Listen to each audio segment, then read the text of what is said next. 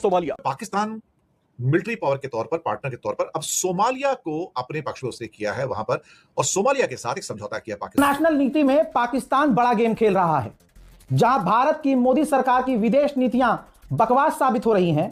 यहां तक कि भारत के लोग, भारत के बच्चे स्कूल की छत टपक रही है, इसमें उलझे हुए हैं। सड़क उखड़ रही है, मोदी सरकार ने ढोल बजा बजा कर फॉर एग्जांपल 10 रुपए की सड़क बनवाई है और 50 रुपए उसके एडवर्टाइजमेंट में खर्च किए हैं। फिर वो सड़क भी पहली बरसात में धुआंधार बह गई है।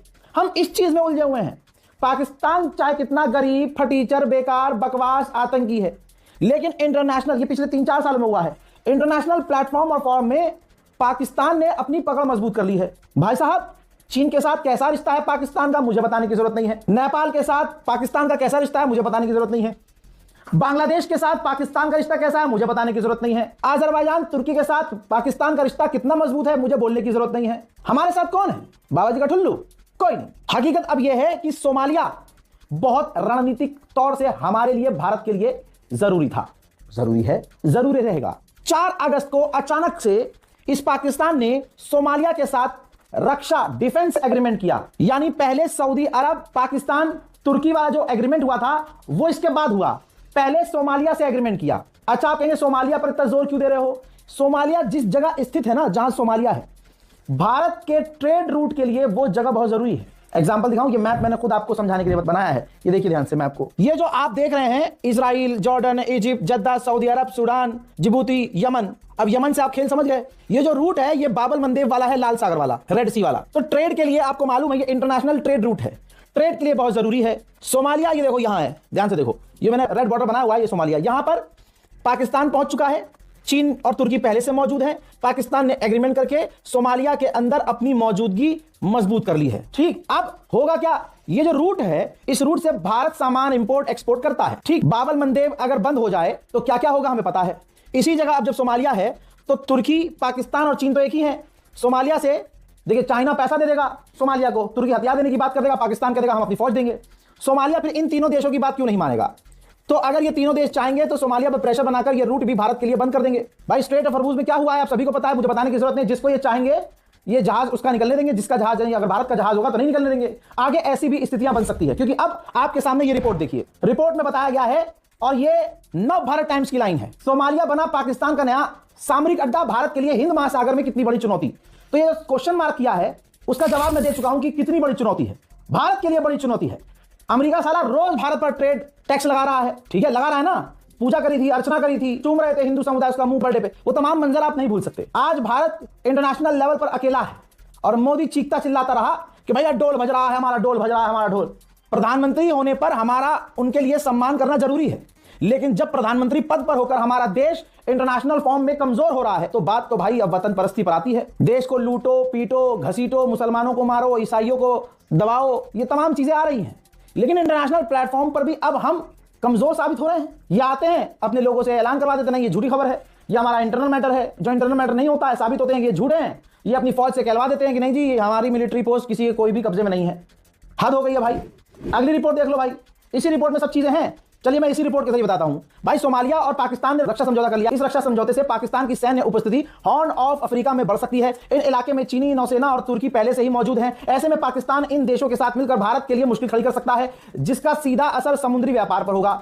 बताइए, ये मैंने आपको पहले ही एक्सप्लेन कर दिया, अखबार में तो बाद में लिखा है, मैं तो आपको पहले ही बता रहा हूं, और जो अखबार में नहीं लिखा है मैं वो बता रहा हूं कि भारत के लिए ये मुसीबत आ सकती है। भारत को घेरने के लिए पाकिस्तान ने एक और चाल चली है।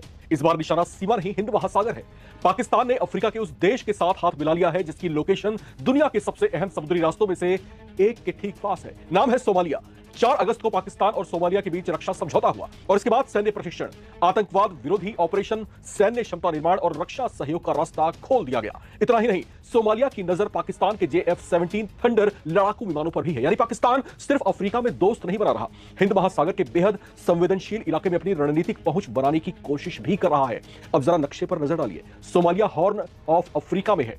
सामने अदन की खाड़ी, आगे लाल सागर और उसी समुद्री क्षेत्र से होकर एशिया, यूरोप और पश्चिम एशिया के बीच भारी मात्रा में व्यापार और ऊर्जा की आवाजाही होती है। इसलिए सवाल सिर्फ ये नहीं है कि पाकिस्तान और सोमालिया दोस्त क्यों बन रहे हैं। सबसे बड़ा सवाल है, क्या पाकिस्तान सोमालिया के जरिए भारत के पश्चिमी हिंद महासागर के सामने अपनी मौजूदगी बढ़ाने की तैयारी कर रहा है?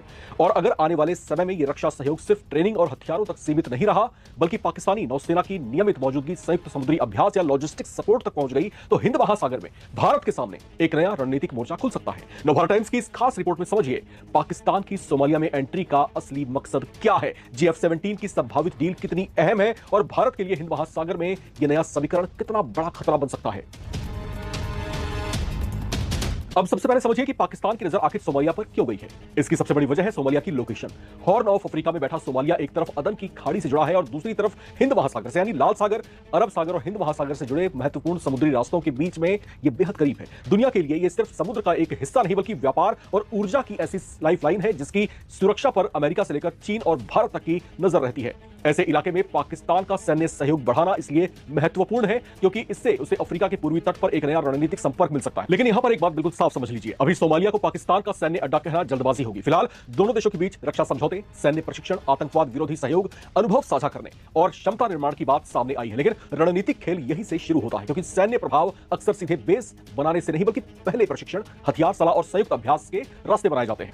पाकिस्तान के लिए सोमालिया इसलिए भी बेहद अहम है क्योंकि वो हॉर्न ऑफ अफ्रीका में अपनी मौजूदगी बढ़ाकर अपनी सैन्य और कूटनीतिक पहुंच का दायरा बड़ा करना चाहता है। 4 अगस्त का रक्षा समझौता इसी दिशा में एक बड़ा कदम माना जा सकता है। पाकिस्तान को यहां पर अपनी सेना के आतंकवाद विरोधी अभियानों और प्रशिक्षण के अनुभव का इस्तेमाल करने का मौका मिलेगा, जबकि सोमालिया को एक ऐसा सैन्य साझेदार मिल सकता है जो उसे प्रशिक्षण और अपेक्षाकृत कम लागत वाले रक्षा उपकरण उपलब्ध करा सके। और इसी कड़ी में GF-17 थंडर का नाम सबसे ज्यादा चर्चाओं में है। सोमालिया की इस पाकिस्तानी लड़ाकू विमान में रुचि की रिपोर्ट सामने आ चुकी है। अगर भविष्य में यह संभावित सौदा हकीकत में जमीन पर उतरता है तो सोमालिया की वायु क्षमता में बड़ा बदलाव आ सकता है और पाकिस्तान के लिए यह सिर्फ हथियारों की बिक्री नहीं बल्कि अफ्रीका में रक्षा प्रभाव बढ़ाने का जरिया भी बन सकता है।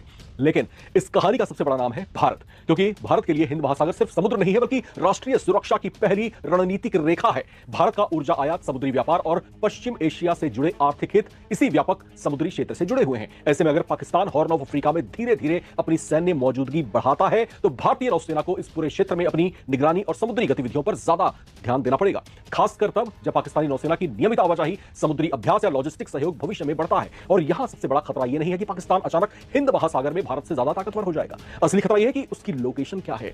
अगर पाकिस्तान को अफ्रीका के पूर्वी तट पर लंबे समय तक सैन्य सहयोग का नेटवर्क मिल जाता है तो उसे भारतीय समुद्री गतिविधियों के आसपास अपनी रणनीतिक पहुंच बढ़ाने का मौका मिलेगा। इसका मतलब यह नहीं है कि वो सीधे भारतीय नौसेना की निगरानी करने लगेगा, लेकिन भारत को पश्चिमी हिंद महासागर में पाकिस्तान की गतिविधियों को ट्रैक करने के लिए अतिरिक्त संसाधन और रणनीतिक तैयारी रखनी होगी। और ध्यान दीजिए, पाकिस्तान की चाल अकेली नहीं है। सोमालिया के साथ रक्षा समझौते के ठीक बाद पाकिस्तान ने सऊदी अरब और तुर्की के साथ मक्का संयुक्त रक्षा समझौता भी किया है। यानी एक तरफ पश्चिम एशिया में पाकिस्तान अपनी सैन्य साझेदारी मजबूत कर रहा है, वहीं दूसरी तरफ हॉर्न ऑफ अफ्रीका में अपनी रणनीतिक पहुंच बनाने की कोशिश भी कर रहा है। अगर ये दोनों नेटवर्क आने वाले समय में किसी स्तर पर एक दूसरे से जुड़ते हैं तो पाकिस्तान की रणनीतिक पहुंच सिर्फ दक्षिण एशिया तक सीमित नहीं रहेगी। हालांकि भारत के पास भी जवाब है। हिंद महासागर में भारतीय नौसेना की मजबूत मौजूदगी है और भारत लगातार अफ्रीकी और हिंद महासागर के देशों के साथ समुद्री सुरक्षा सहयोग बढ़ा रहा है। भारत के लिए अभी यही वक्त है कि पाकिस्तान की सोमालिया में जो बढ़ती मौजूदगी है उस पर नजर रखी जाए और पश्चिमी हिंद महासागर में अपनी समुद्री बढ़त को और मजबूत किया जाए, क्योंकि अगर पाकिस्तान ने सोमालिया के रास्ते हिंद महासागर में अपना रणनीतिक नेटवर्क खड़ा कर लिया तो भारत के सामने चुनौती सिर्फ जमीन पर नहीं, समुद्र के मोर्चे पर भी और ज्यादा जटिल हो सकती है। एर्डोगान जो कि टर्की के प्रेसिडेंट है, बड़े